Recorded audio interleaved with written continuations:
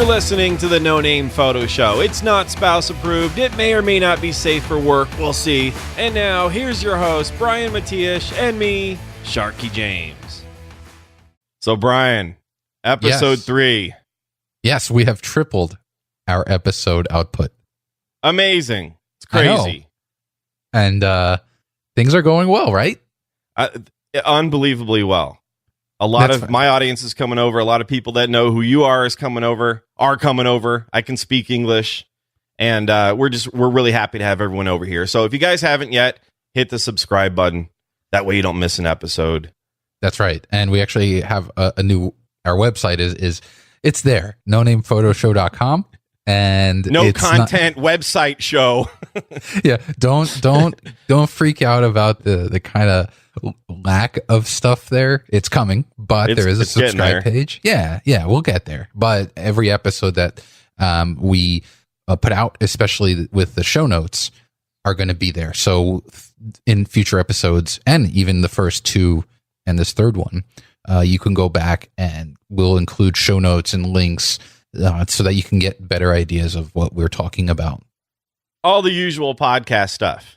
You know, right. Podcasts have been around for like 13 years. We're not reinventing the wheel here. Yeah, we're not pioneers. You guys know the drill now. Right. So, Sharky. Yes. You remember in the last episode 2, it was episode 2, right? Where I talked about... I think so. Yeah, I was kind of like getting bored of... If it wasn't, it was, I'm guessing, probably episode 1. I'm just going to... Oh, you hear my sprinklers in the background there? No, I was just laughing at you. It's not like we have to dig deep in our episode vault. That you were laughing at my sprinklers. Just come on, it's crazy. Anyways, yes, we only have 2 episodes so far. This will be the 3rd. There's not much to choose from. Go ahead. You were talking. So I was saying how I was getting bored of browsing Instagram because it's just like sunset shot, northern light shot, waterfall shot with, girl with her arms up in the air. Triumphant because she reached the top. Right. She got to Multnomah Falls with the rest of the millions upon millions of people. Now, granted, she drove most of the way and went the last 100 feet from the parking lot and was triumphant about it. Well, that's the irony is that with Multnomah Falls, you're parking and you're walking 100 feet and you're at the waterfall. There's literally, 6 steps to take to get to the main viewing thing. But of course, there's trails. But my point is that, I brought it up and it still, I thought about it a lot because I don't want to just complain or just say something without giving an alternative or like what I think gets me excited. And so I thought, let's put some wood behind the arrow here. If I'm saying how these photos are uninspired, and I'm not saying that they're uninspired, like that the photographer who took them isn't excited as they should be, but like I said, as a consumer, I wasn't. It just is falling flat. On Petapixel, I was browsing the other day in Feedly, which is my like RSS aggregator. There was this article of that was spotlighting. I'm bringing it up right now on my computer. It says the title of the article is "Flight Attendants Photo Show Life." Flight attendants photos show life in a Virgin America cruise. So Virgin America is an airline here. You ever flown them, Sharky? I have not, but that was created by Richard Branson. Right. Right. It's the billionaire. The whole Virgin Atlantic, Virgin Galactic. He's going to go to space someday. And the failed Virgin Records, but we won't talk about That's true. You just did. Yeah, but just go.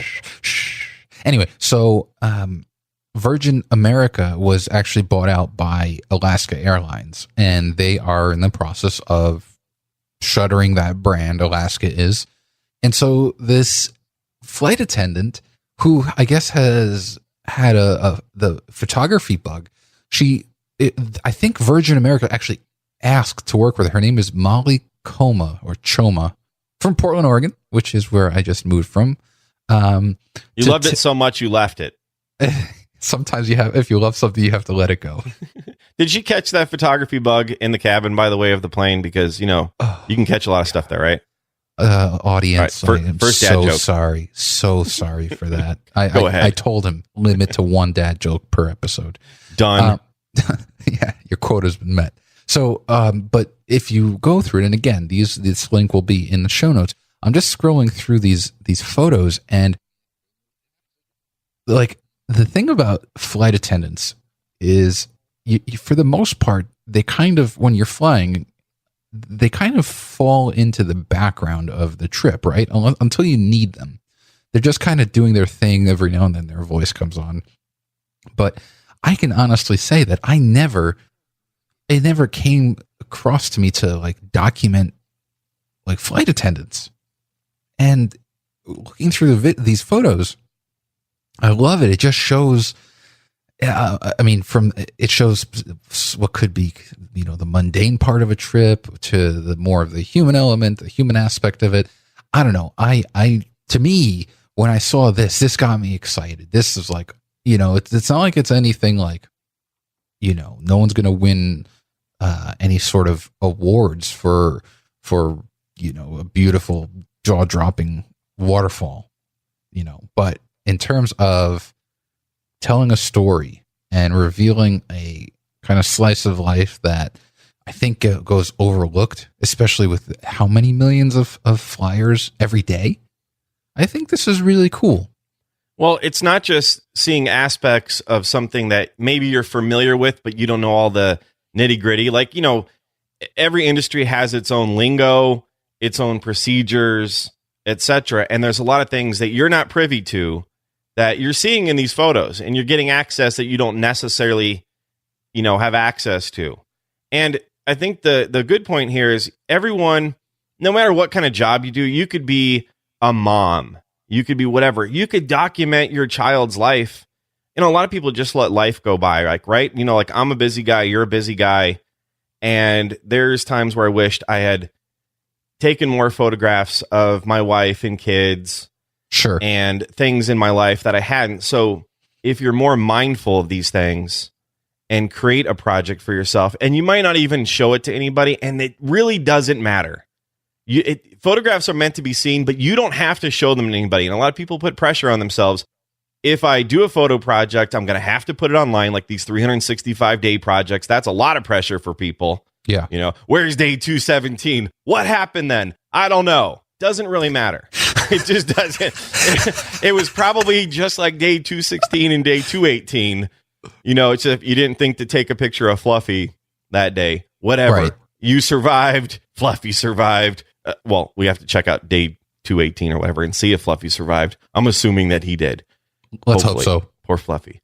But, you might be an engineer. You might be an architect. There's all kinds of things that you could photograph, and you don't have to bring a big traditional camera with you. I've got that Sony RX100 Mark IV. Overpriced camera. Overpriced. But a great camera for what it is. I mean, it's got a Zeiss 24-70 in it, right? Yep. 2.8. Yep. Is it a constant 2.8? I can't remember.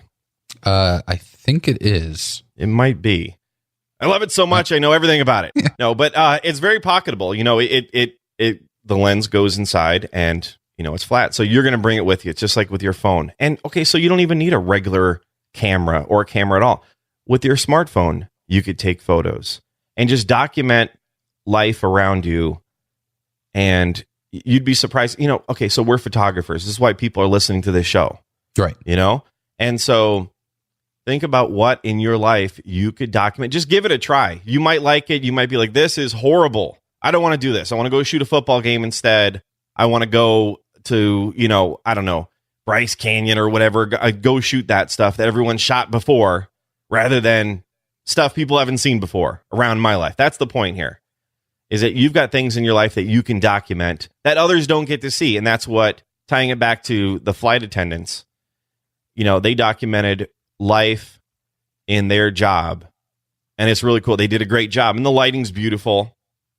Yeah, I don't think they added any light, did they? No. It's just the lighting in the cabin and stuff. And there's in airplanes these days, they've got some really cool lighting. Yeah, some of them, like not Alaska, Iceland Air. They have it. They make the top of the cabin, like the ceiling. It looks like Northern Lights. Like it dims blue and then it has green wavy lights going through. It's brilliant, and great on them. That's their brand. They know that a lot of people fly to Iceland solely so they can see the aurora. But yeah, I mean, you bring up a good point. Like the electrician or something, you know, who like that to me is worth kind of. It doesn't have to be. The world has enough sunset shots and stuff, and I think what we're lacking in this industry right now, where people are sharing almost compulsively, they're sharing without any sort of substance. There's no there's no thread that's tying their photos together. So like where you go to, again, let's go to Instagram, and you go to someone's wall, their feed, and you just look, and they're all these disjointed photos. They may be beautiful photos, but they're totally disjointed. So it's hard to tell me what kind of photographer you are in that respect. And that's something I'm guilty of too. You know, whereas I've seen other photographers who use their wall brilliantly to kind of weave a certain consistent story. Most people don't. They're just like, okay, I need to post, like you said, you know, maybe not a 365, but I need to post to Instagram every day, which I guess is a 365, not because they have something to share or, you know, there's really something there. It's more just to fill a certain, I don't want to call it a psychosis, but I need to share today. I need to share today. Question. Yeah. In a leap year, do people do 366s? I think they fail if they don't. Exactly. Can you imagine you go through all 365 and then you find out, oh, there's an extra day. Damn you, February. I think that's poor research. Exactly. You didn't do your job. You didn't do your job. Oh, well. So, you know, that's kind of something that I want to, put on myself as well, is to be able to tell deeper stories with, because I love to write. I really enjoy writing. And most of the times, before social media was big, when blogs were big, not that they're not big now, but when they were like the thing to do, I did 365 for almost 2 years straight. And then wow. It was I mean, that could be an entirely different topic, but that brought about at the right, I was doing it at the right time on the right medium, where it brought about a lot of opportunities for me because I was constantly putting myself out there, and it was focused. It wasn't just a photo every day. I at the time I wanted to focus on like HDR stuff. And so there was a very, very clear theme, that where I also married the photo to writing. You know, most people. What were you using for that? Photomatix Pro back then, or? Yeah. Oh yeah. Photomatix Pro, HDR soft.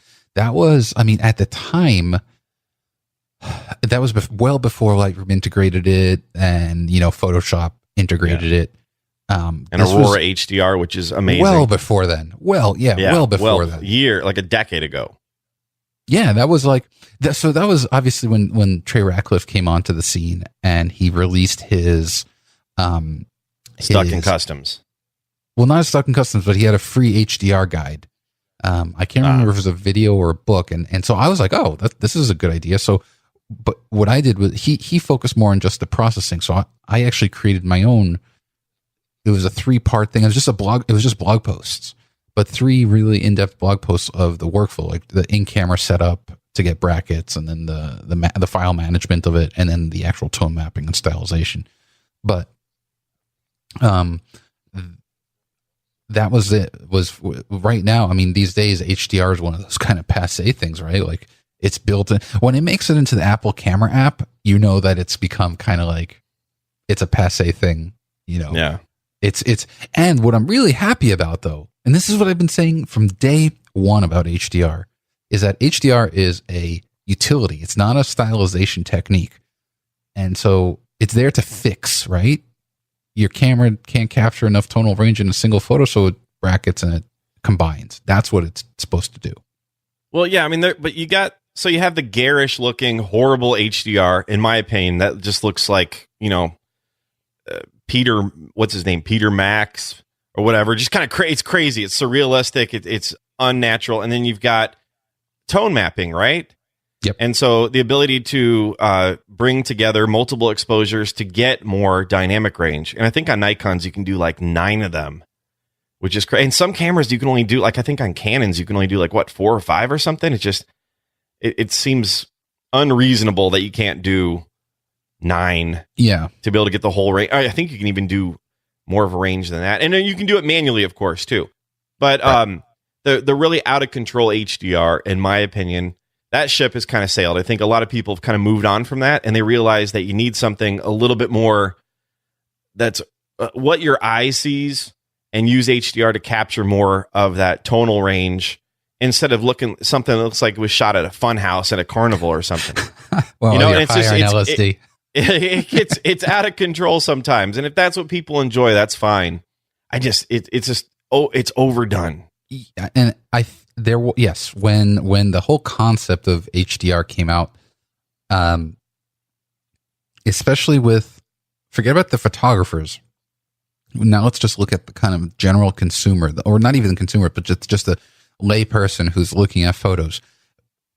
Regardless of what the photographers thought, and in which case most of them thought this is absolutely garish and I can't look at this, the lay person loved it, absolutely loved it. And at the end of the day, if you're someone like, I don't know, Trey or whoever, and you have a business sense, you look at who your audience is, or who your potential audience is, and there are far more kind of general kind of hobbyist photographers, hobbyist kind of picture takers who just clamor for that look, versus the more I guess seasoned photographer or the more discerning photographer who hates it. So I think it was a smart thing to kind of cater to it, but I agree with you 100%. I think we have kind of evolved or moved towards it being more of a utility, and it's not to say that people still don't ruin their photos by cranking their sliders to 100, but it's not so much done during the tone mapping phase. Absolutely. I think people have realized I've done that before. I made things look crazy. Now I'm sick of it. So now I want something more. And we're getting more and more of that in our cameras, the ability to shoot a higher dynamic range. And hopefully, eventually, everything will be great in our world.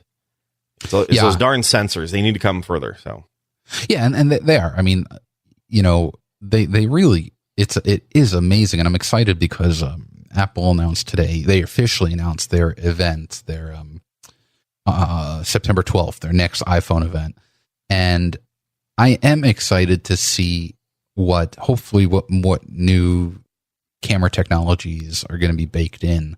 Well, there's going to be augmented reality. Robert Scoble, the tech journalist, has been talking about it like crazy. If you've seen some of the previews of that stuff, it's insane. That's where I've talked about this before. Virtual reality. We've gotten so off topic. That's okay. We're going to cover a lot of things here on the show. Virtual reality is so limited. It's like HDR. You don't want to put some glasses on and live in this fake computer generated world all day. We're humans. We're not machines. We don't want it. That's not what the world you want. I want the ability to take my phone or whatever device I have and have it extend my world. But you've got overlays, and you've had this for a while in some apps on the iPhone where you could hold, and it just used GPS and such.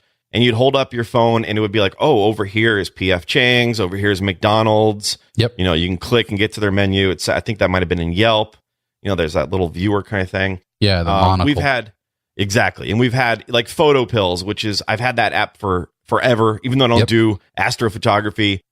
It's a great app. And you got the ability to move it around in your world and see where the Milky Way is, where's the galactic center, everything. And more of that is coming to the point where you're going to be able to map. It's going to be, this is going to be more of a consumer kind of thing, but you're going to be able to map stickers, to people's faces. And there's all kinds of things you're going to be able to do imaging wise, entertainment wise. That darn Pokemon Go from last summer, that was a craze, and now no one's playing it, it seems. But did you hear, actually, AMC announced they're going to be making a Walking Dead version of that game. See, now that'd be pretty cool, I think. Yeah. So you can have zombies pop up everywhere. Can you say Galactic Center again? Galactic Center. Is that why? Because I love it. Okay. It's not a place you go to. You don't go to the Galactic Center. Is that like the center of a Tootsie Roll Pop is the Galactic Center? It could be. Okay. I don't know. What's so funny about Galactic Center? I was listening to you, and then I heard the word Galactic Center, and I was like, I want to go to the Galactic Center. Sharky knows some big terms. Galactic Center. I like it. So yeah, I mean, I think like augmented reality for photographers has definitely come a long way, and we're going to start to see more. I just hope it doesn't. I don't know. I want it to be. I can't wait for that next breakthrough for mobile photography. I'm not sure we're quite there yet. For me, and this is my last piece. I'll say my piece here, and then we can move on. But I always kind of wished that light field technology, basically Litro, I always wish that the problem with Litro is that they tried to enter into kind of a consumer market way prematurely. You remember Litro? Yeah. So Litro, yeah, the original Litro was this like rectangular cube. It looked like a tube of lipstick, but a rectangle. Yeah, a rectangle one. Yeah, because I was like, rectangular cube. Does that work? Let's say it does. Okay, fine. But for purpose of the show, it does. Yeah, and it Move had along. like a bunch Come on. Yeah, come on. Like, fine. It would take a photo, and it would use various sensors and mirrors.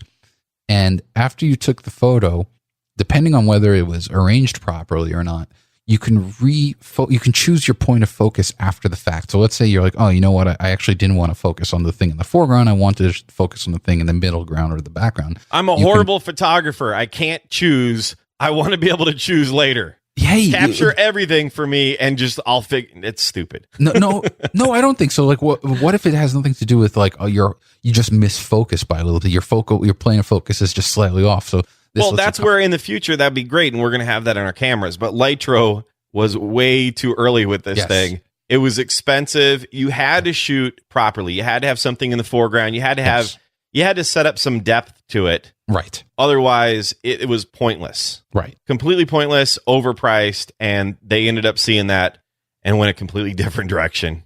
But I can see Apple, like, they did completely abandon. They did a second version, which was even more expensive of the camera.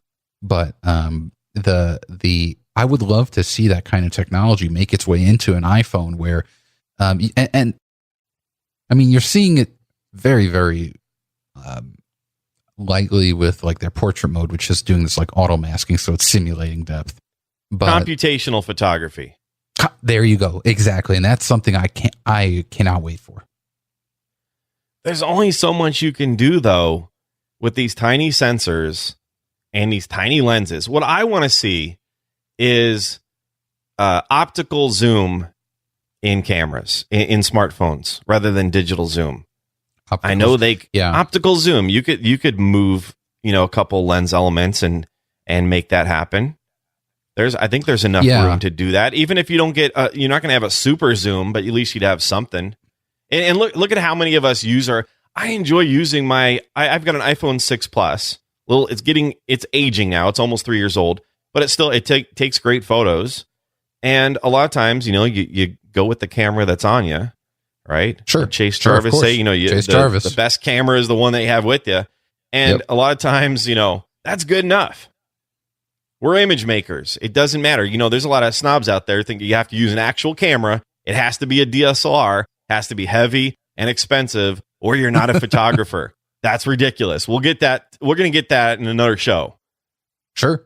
We'll tackle that topic right there. Start some controversy. Yeah, I mean, I just think that argument's made by kind of the old guard of photographers who are not willing to evolve and are literally going to die out, as sad as it sounds. But the cranky film guys, as I talk about on the show. Exactly. They moved over to digital, and they're like, "Well, I made the change. Don't change too much on me and get off my lawn." Yeah, exactly. And you know what? That's fine.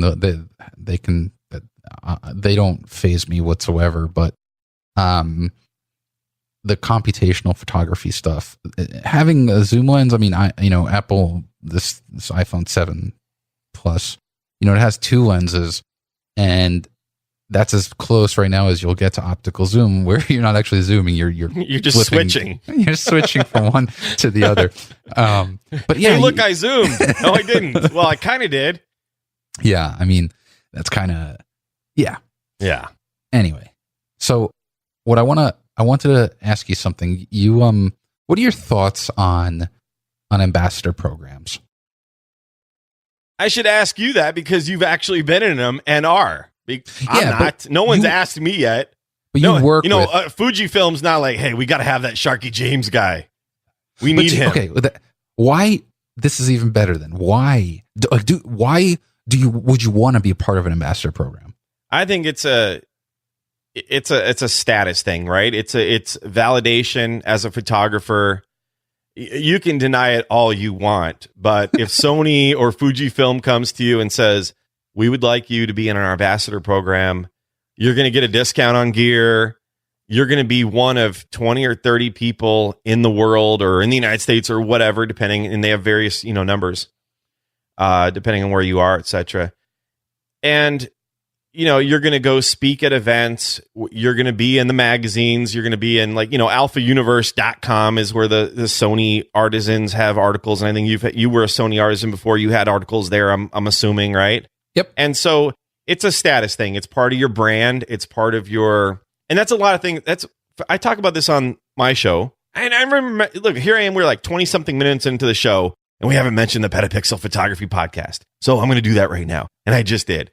So everyone has a brand these days. You're a mom and you have a brand. Everyone has a brand. If you don't think about it, you still do. And as photographers, whether you're in business or not, you have a brand. What do you stand for? What is your photography about? What do you want to convey to people? So if you're in the business, like as I'm a former photojournalist, my brand then, my identity was all about being a photojournalist. And now, I'm a photography podcaster, right? So the Petapixel Photography Podcast is one of the most listened to out there. This show that you're listening to now, the No Name Photo Show, has quickly become one of the most listened to, which is crazy. All right. And so my show obviously drove that and you and your whole network and such. And so that's great. And so we're blessed. No one's crying for us. We're not going to be complaining, but we've got personal brands.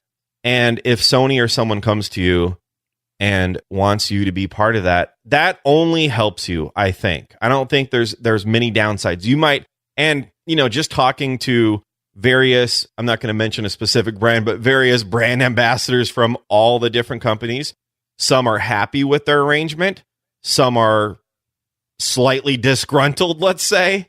Some people get more attention. Okay, let's just, for instance, I'm not mentioning who's saying what or whatever, but look at Jason Lanier from Sony. He gets a lot of attention because he puts himself out there. Correct. He's loud. He's proud. He does his thing, right? Yeah. And then there's other people that are so mild-mannered, you never hear about them. They're quiet. They're just quietly, they got their head down. They're doing their thing. And it's not a knock against them. Everyone's got, look, and this is what these programs do. Everyone has their different types. So Sony picks a guy like Jason Lanier who's more out there and not controversial, but he's edgy. And then you've got people like my friend Paul Giroux, who's actually one of the reasons why I started the Petapixel Photography Podcast. Listen to episode 1. You can hear the whole story on that. And he's more of the mild-mannered type. He's a former photojournalist. He does solid work. He gets the job done. But he's not out there like Jason Lanier, making waves and such. He's doing his own thing. There's so many different types. And then you've got the different, they probably wouldn't necessarily say it this way, and it might be a little controversial, but you've got artisans and such that appeal to different segments of society. So you've got males and females, of course. You've got Latinos, you've got African Americans or African whatever, right? So you've got, they don't talk about that, but this is fact. So it's kind of like a quota. I wouldn't call it a quota, and I don't think they necessarily, I hope they don't. I hope they don't really think of it that way. I don't think they do. But I think listen, what is Sony's and Fujifilm's and Canon's and Nikon's goal? To sell stuff. And so absolutely. they know that there's going to be some people who a Latino voice will resonate with them. A white guy will resonate them. A black woman will resonate with them. Whatever, you know. And I'm not racist. I've got 2 brown kids, so we're far from racist. So, you know, but you talk about these things and people freak out. Yeah, they do. You know, like every time I see my black friends, we always talk about this stuff. I'm like, you know, black things or white things, like it's no big deal because it really shouldn't be, as long as you're not a racist and you know, if it's in good fun and you're not making off color. How about that? Jokes and such. Sharky, I think everything's good. That was what? 2 dad jokes. Well, I don't know if that was a dad joke, but that was a pretty off color. Was a dad joke? That was kind of like if you squint and like really kind of. I'm very punny, but yeah. So you know, great, wonderful. Yeah, I know. He's cracking up. You got to watch the video. So, but everyone, I mean, have you thought about this before? The Sony artisans. There's a type for everybody, for every segment of society, mostly, and I don't think they necessarily think that way 100%, but there is. If anything, I might have thought somewhat different, that there wasn't enough diversity, and I think that's historically true with most ambassador programs in this industry, because photography is very male dominated, you know, even, you know, male, I would say white dominated. We have a show title. Ambassador programs are racist. No, I mean, here's what I know. Like for me, I've helped build ambassador programs. Like when I worked at Google, I built the suggested user list for the photography. You know, there were different classes, I guess. There's photography, you know, music, all these things. So I built the photography one. Or at On One, we built kind of an ambassador program when I worked there. Same thing at with Sony. You know, I was part of their ambassador program, and I'm on the ambassador program with Zeiss and G Technology. But I always notice that there is this kind of dearth of female photographers who, you know, and I don't know why it is, but there's just something not biased. I'm not saying biased, but there isn't, I don't think, a good representation. Look at the Artisans program. Off the top of my head, in terms of females, there's like Vivian Gutzwa, there's Katrina Eisman, Mittermeier,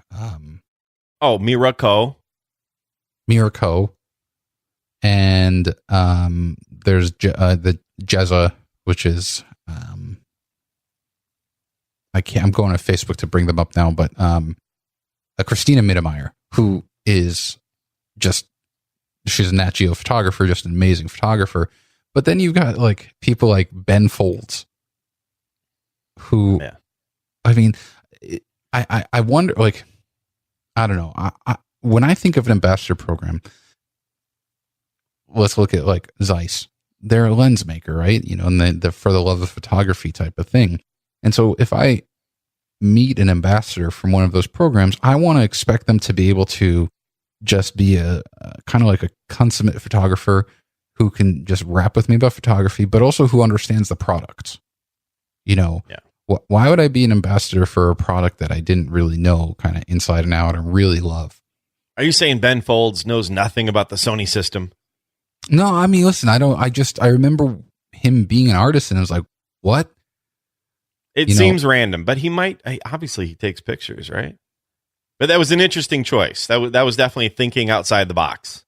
I guess, yeah. It's just like, I don't know. Like, I think, of course, you know, the company that's creating their ambassador program, they want to have they want to have members who have a unique, like you said, and I think that's really important, you know, a unique audience and a way to kind of have their own message. But also, they want to get in front of as many people as possible. And it's kind of, you know, a good ambassador program should have a symbiosis both parties get something out of it. And that's another thing that I do feel that a lot of ambassador programs aren't quite good at is just a mismanagement of, what the company is obligated to do, what the ambassadors are obligated to do.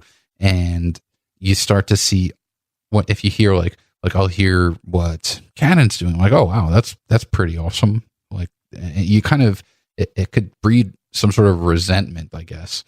But it's funny that it is interesting, not funny, but like how you were saying how it's a status symbol. And I genuinely never looked at it that way. How's that possible? You never said, I'm a Sony artisan. A lot of people would love to be a Sony artisan.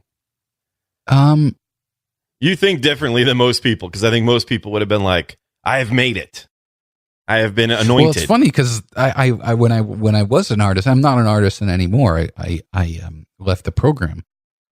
People would always ask, how do I become one? Like I'd get emails, like cold emails out of people, like, how do I become an artisan? Like, what? Yeah. And I don't know why they want to. Like you answered it, I think, correctly. Like, and someone like Cole, like my buddy Colby Brown, him and I would talk about this a while back, and the way he approaches it is that, listen, like you said, we have our own brands, and if you want to take it to the next level, a brand is a business, and all the administrative stuff aside, your job as the kind of your own brand ambassador is to get yourself out there in front of as many people as possible. Like that may not be of interest to 98% of photographers out there, but if you want to be kind of like a, I guess, professional photographer, a working photographer, you need to get out there. And what Colby says is like, listen, I know how to make that relationship, that ambassador relationship, work. Meaning he knows how to maximize Sony's reach to benefit him. And then in return, he does the same. He maximizes his own audience reach to benefit Sony. Yeah. And that is where an ambassador program works out best, in my opinion.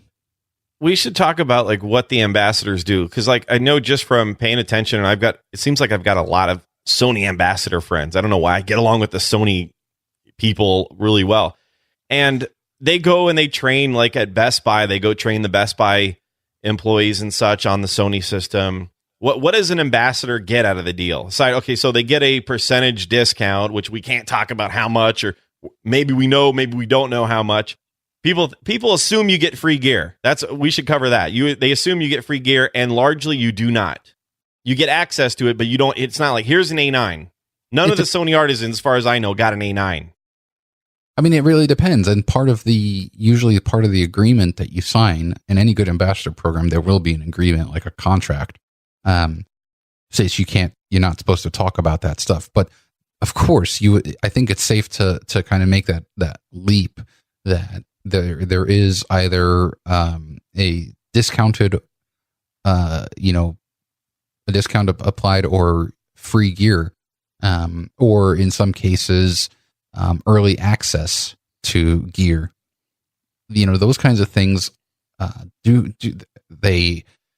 That's on where the ambassador benefits from, obviously. And not all ambassadors have the same deal. I don't think so, actually. I think yeah. Just based on what people have told me over the past few years, they do not. Yeah, it's not. I don't know how different it would vary from person to person, but yeah, I do think that there is definitely variance, and in a way, why shouldn't there be, right?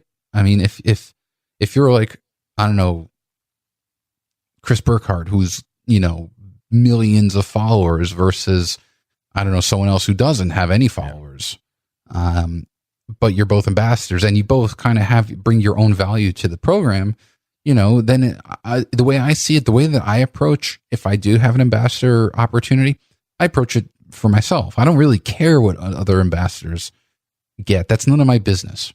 And just like what I get is none of their business.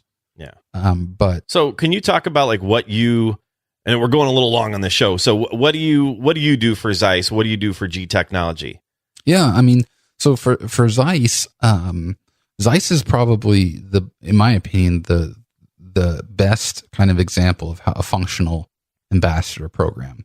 And I also think that it's one of the best. And I'm not just saying it, obviously. Like, for example, they brought me out to Germany to their headquarters, their like world headquarters, and we got to me and Greg Waterman, who's he's Pitbull, the music Yes. artist.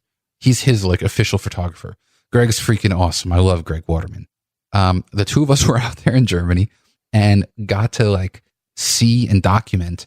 Like, we met the people who were making lenses. They were molding and shaping the optical lenses like by hand. That's why Zeiss are pricey. Yes, and they're worth it. Well, right next to there was a box filled with discarded lenses. We actually got to take some home. Like, they were defective, not up to quality. But we went into the clean room. We had to put on the bunny suits and stuff. So, we did that. Also, I'm picturing you with ears now. I know that's not part of the bunny suit, but it's kind of a bummer because we weren't allowed to document anything. No, I didn't. It didn't have a. Oh, you just got it. It didn't. Did it have a nice fuzzy tail too? Does your bunny suit have a nice fuzzy puffy tail? For you, Sharky, it did. That's a little weird. All right, move on. So yeah, I mean, we got to do that. We get opportunities like to meet and speak with the product managers to talk about roadmaps and opinions. And I won't go into the details, but we were talking about lenses that, down the line, weren't coming out, and actually our input was making a difference. Like, it was actually like being considered. So there's that. There's if I need, like, I shoot mostly with Zeiss lenses because, and that's the thing. Here's a point I really want to make. I didn't become a Zeiss ambassador and then started shooting Zeiss. I didn't become a Sony artisan and then start shooting Sony. I was using those products well before I was any sort of ambassador to them, where I knew them inside and out. I made a whole big deal about switching to mirrorless from Canon, and because I had an audience and I was very, very vocal about it, I got on their radar. And I think with Sony, it was like a WPPI Expo or Photo Plus. They had a booth there, and I'm the product marketing manager was there, and she and I chatted. And one thing you said, "How do I become an artisan?" I'm just going to skip the email. I'm going to ask you right here. No, we were just chatting about stuff, and because I just told I really want artisan after my name, please. Yeah, please, like Esquire. Well, anyway, but yeah, you get like some ambassador programs have there's a sponsorship, which is becoming less and less, where you're just paid. Mostly it's gear for exposure or gear for content. So I create content for Zeiss all the time. Some of it actually, if it's more if it's going to be used in magazines and stuff, that'll command a certain price beyond just the ambassador program. But these are things that those are things that just kind of you work out on your own. You have to show the company, you have to prove why, the value you bring to the company. And the great thing is with some of these companies, if they have smart marketing managers, you as the individual, the ambassador, don't necessarily even need a huge audience built in. Like you were saying, Sharky, some artisans don't have as big of an audience, because what the company will do is, as long as you can create good content, that company usually has, like Zeiss, Sony, they have massive audiences already. So, but they may not have the content, and the content is always king more than anything. So if you can just create content for them and let them just syndicate it, that's also worth gold. It's a value proposition kind of thing. Some people are going to bring an audience with them and bring that to the brand. Other people are going to get the audience in exchange for the amazing work that they do. So it's like Sony's discovered you, and it's like, it really is like being anointed. It's like we have chosen you. You're the chosen one. Yeah. But with any of these things, like, you have to consider, like, some ambassador programs have a built-in exclusivity. So if you are, I don't know, you shoot Sony and Canon, well, you're going to have to make a decision, type of thing. And in a way that kind of makes sense. Well, yeah, because it looks weird to the audience. Now, I'm not sponsored by anybody. I own Sony, Nikon, Fujifilm gear. I talked about getting rid of my Nikon gear. Now I'm like, do I really want to do that? The D850 looks awesome. I don't know. I'm all over the place. Yeah, I mean, the D850 does look interesting. The D850 looks awesome. It just does. Nikon does this. I mentioned this on my show. They come out with these cameras that break the pattern. The D700, which I love and will never sell, I had that during my photojournalism career, was basically a D3, but $4,000 cheaper. Same sensor, same everything, basically, except for grip and some other things. Less robust, but still pretty darn awesome. And then you've got like the D750, awesome camera. The D500, which I have, and I keep saying I'm going to sell, and maybe I might keep now, I don't know, is another pattern breaker. It's an unbelievable camera. And then you got the D850, a lot of megapixels. It can shoot sports. Nikon tends to do this, and they need to, because they need to raise some cash, of course, and catch up with the others big time. We've been talking about it for years, and that camera is going to help. And they're sold out, and it's hard to get. But anyways, we're going long. Do you want to get to gear, or are you going to want to wrap up the ambassador stuff? There's so much we could talk about with ambassador programs. We'll probably hit it again too, because there's a lot to it. And we should have some ambassadors from different programs on the show. Yeah. What percentage do you get? Oh, you can't answer. We'll just grill them. Have you gotten free gear before? Why not? And I'll say that too. Like, I have. Of course, I've gotten free gear.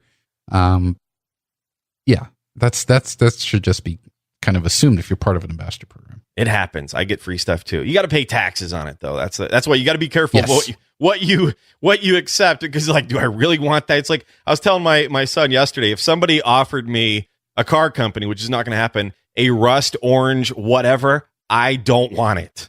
Well, yeah, that's what I remember with Oprah when she gave everyone those free cars. Like, all of a sudden, people are like, "Oh man, I have to pay taxes on this thing now." Exactly. It's like being on a game show. So you got to be careful what you accept, and you got to pay your taxes on it. It's still going to be cheaper than buying it. Sure. You want to get into gear? Yeah, let's do gear. Let's do our gear picks. Well, my gear pick, talk about rolling into gear, is the Fujifilm X-T2. Nicole was X-T2. She was talking about the X-T20 or something. Yeah. She's got the X-T20, right? Or no, she also has the 2. She's got the 2. Yeah. I love the X-T2. So, talk about getting stuff. I got the X-T2 and a lens from it's basically like the B&H of Australia, DigiDirect. And I talked about this on my show. And so I got it for free, basically, and it was basically like a trade kind of thing. I was pretty open about it. Got to pay taxes on it, of course. Paid taxes on it. Yep. And it's a great camera. It's, it reminds me, listen, I grew up shooting film. So it reminds me of film cameras that I had back in the day, like a Nikon FM2 and my old Canon T70 and A1, that sort of thing. It's a more tactile kind of camera. I love whenever I pick up my Nikon D500, I'm like, oh, this feels really good. The Nikons feel really good in my hands. And this doesn't as much, but that's okay. I love it. It's got a lot of buttons and dials on it. I mean, it's got a dedicated ISO dial. It's got a dedicated shutter speed dial. It's got a dedicated exposure compensation dial. And I like that. No more having to go through menu systems, etc., which wasn't difficult. That wasn't ruining my life as a photographer or anything.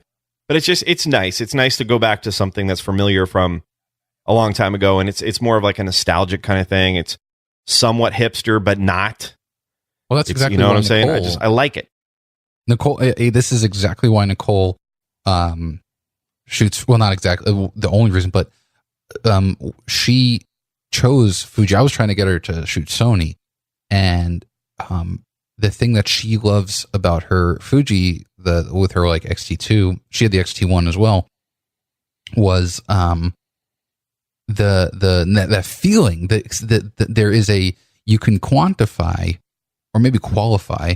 There is a certain feeling when you hold a certain camera that, especially for those of us who have shot, film, like I started with a Canon AE1, and then like a Pentax K1000. The having those dials, those tactile dials for your shutter speed, your ISO or your ASA, she just loves it. For me, I don't care as much. For me, I just kind of got used to the Sony stuff, but that is why. I mean, and she's running it, so I totally get what you're saying. It makes you think about what you're doing because you have to actually move a dial. It's like, what do I really want to do? And I love it. It's great, and it's depending on what you set it in, it's like an aperture priority or a shutter priority mode, and it's just, I don't know. It's a fun camera. It's fun. Cool. I like it. But enough of that. So let's get on to your pick. My pick is it's by DJI, who they make drones, but this is the Osmo Mobile, which is a gimbal made for smartphones. And you basically just, you slide your phone into the gimbal head and then you turn it on, and it's pretty much balanced for most modern phones. And the reason why I love it is because we were talking about earlier, mobile and mobile photography. There's just something. This is when I record a lot of B-roll stuff.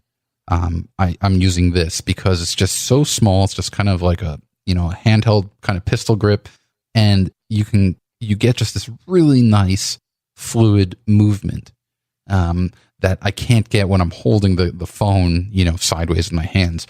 It just kind of it compensates for any little jerky motions, and it also kind of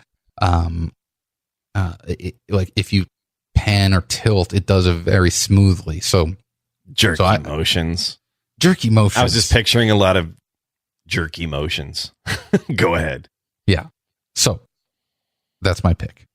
It's a DJI Osmo Mobile. It's been around for a while.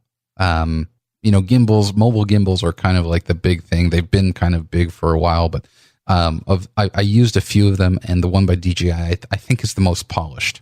And it's really cool because the app, there's an iOS and Android app that I use called Filmic Pro, which if you're into recording video on your smartphone, like 4K video or 1080p video, I highly recommend downloading Filmic Pro. And it has built-in support. The app has built-in support for the Osmo Mobile, so you can actually just use that app and control everything from within there. It's really slick. Awesome. Yeah. Good pick. Thanks. Good show, I think. I think this is our best show yet. We only have 3 to choose from, but I think this is the best one. We have gotten better. Yeah, it was tight. I like it. All right, let's wrap it up.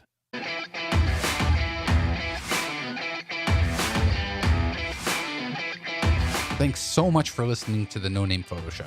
Sharky and I would be thrilled if you would subscribe in whatever podcast app you're using and tell a friend. So how about we do this again in the next episode? Yeah, let's do that.